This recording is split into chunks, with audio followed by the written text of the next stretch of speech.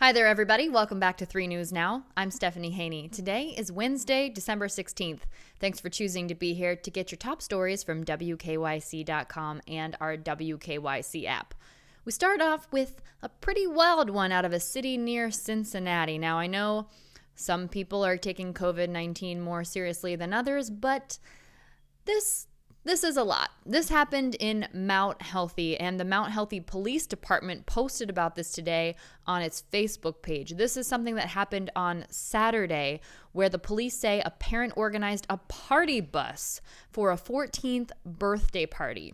Now, apparently, according to the police, there was an open invitation for this gathering, and about 60 kids were on this party bus that went to a shopping center in Mount Healthy. So the police say they saw the bus. They noticed that hardly anyone on the bus was wearing a mask or keeping distance from each other, and that they noticed several fights breaking out among the kids on the bus. The police say that one of the teens was arrested after allegedly taking a swing at one of the officers who responded. The bus driver fled the scene with the bus, according to the police, leaving the teens out there, these dozens of teenagers out there, which the police called very agitated. And by the way, all of this happened after 10 p.m. on Saturday night. And as you know, Ohio is under a statewide 10 p.m. curfew. So, the adults who are responsible for organizing the party, according to the police, will be charged with violating Ohio health orders. That includes the mandating of the masks, the prohibiting of the large gatherings, and also other health orders meant to stop the spread of COVID-19. And so far, 2 parents have been charged with contributing to unruliness of a minor. That's a first-degree misdemeanor in Ohio. So that's up to 6 months in jail and $1,000 in fines if they're found guilty of those charges. And that court date is set for January. Now, after that story, it should not be surprising to hear that Governor Mike DeWine is warning of some pretty bleak weeks ahead, even though the COVID-19 vaccine has officially arrived here in Ohio, and we expect about 420,000 doses of the vaccine by Christmas. But DeWine is still encouraging Ohioans not to be complacent because on Tuesday, Ohio reported its second highest total COVID-related hospitalizations. That was just yesterday. Here's what DeWine said. This is a direct quote from DeWine. The vaccine is not going to cover people quickly enough. The rest of December, January, and February are probably going to be hell if we don't turn this thing around. So on that note, now let's talk about the latest COVID-19 numbers. Now, the Ohio Coronavirus Dashboard says today that the numbers have been impacted by technical difficulties. So we are seeing a relatively low number of new cases today, but we don't know quite what that means because we're not exactly sure what kind of technical difficulties the state of Ohio is experiencing right now. But according to the website today, there have been 5,409 new reported cases of COVID-19. That's a little over 3,300 less than we saw yesterday when that number was in the 8,500s. Now, in terms of the COVID testing, the latest 7-day average is 14.5%. That's from Monday. And the latest daily figure, also from Monday, 16.7%. And unfortunately, in the last 24 hours, there have been 123 newly reported deaths related to COVID-19. Also in the last 24 hours, almost 500 new hospitalizations, 497 to be exact. And right now, the number of people in the hospital related to COVID is 5,296.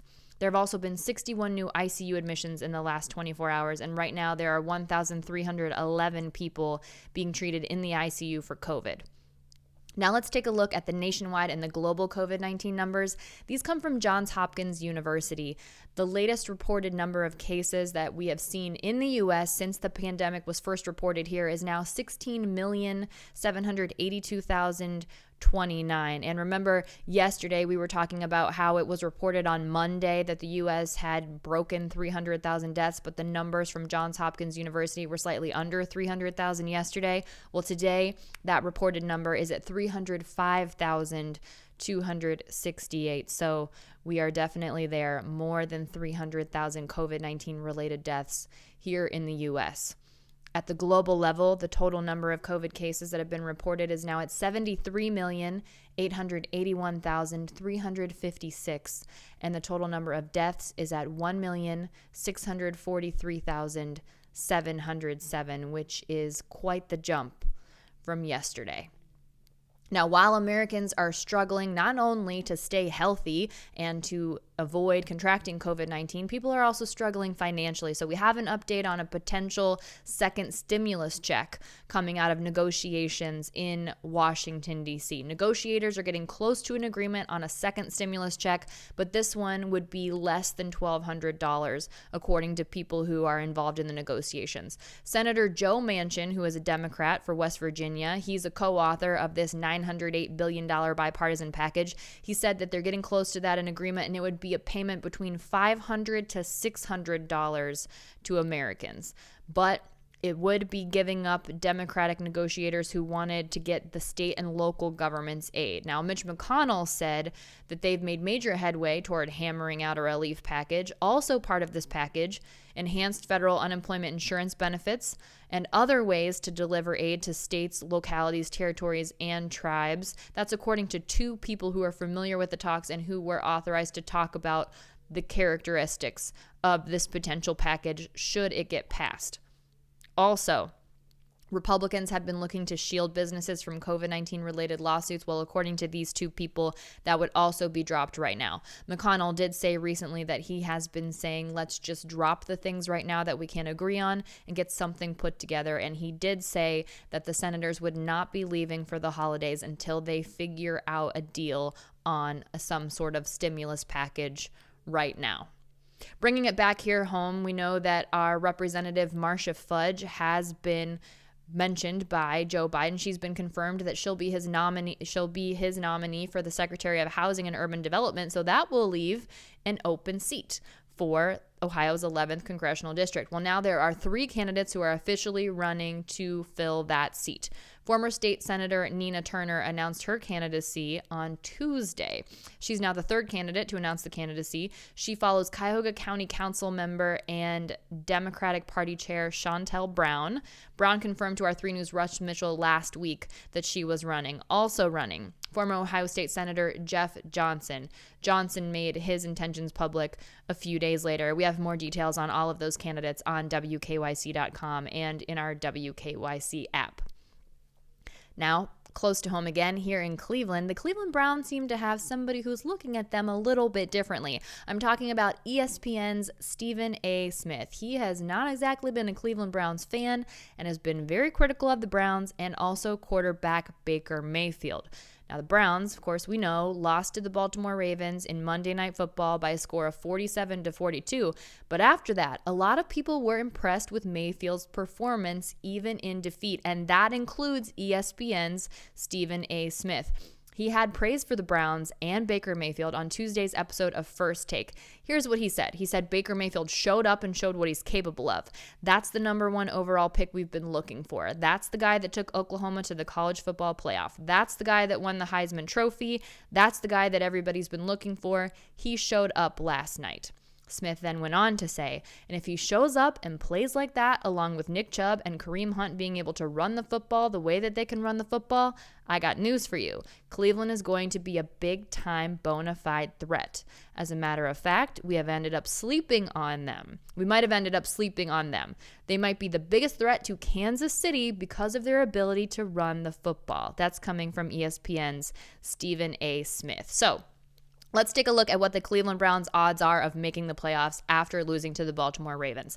That did end the 4-game winning streak, but the Browns are still in the top spot for the AFC wildcard playoff spot. So according to 538, an advanced analytics website, Cleveland now has an 87% chance of qualifying for the playoffs. Now that's down 5% from a week ago when that was sitting at 92%, but if the Browns win during Sunday Night Football, which, by the way, you can watch right here on Channel 3 against the New York Giants, that'll move their playoff odds to more than 99%. So basically at this point, the Browns really have to do a lot, and a lot of things have to go wrong in order for the Browns not to make the playoffs, which is a good spot to be in, and I'm happy to be able to report that to you today.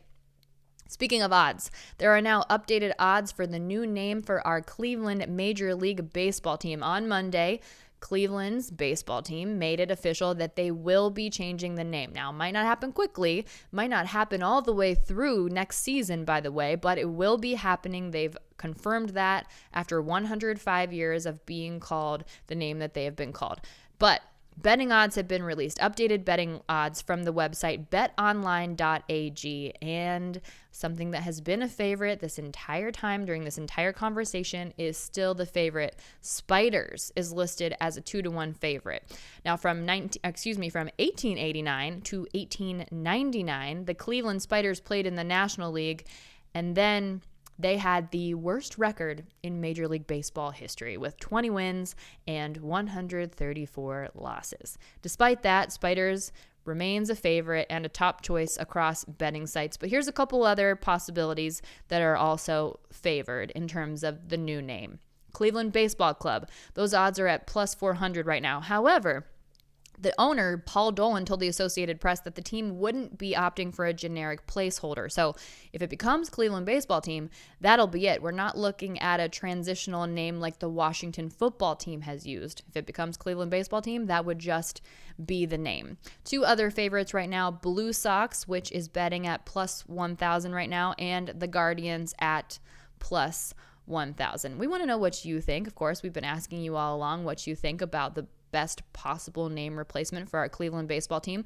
So let us know. You can tweet me at _Stephanie Haney. And by the way, if you're already subscribed to this podcast, that's great. Thank you. But 3 News Now is also available as a podcast. So if you prefer to listen to this, you can do that on your favorite podcast platform.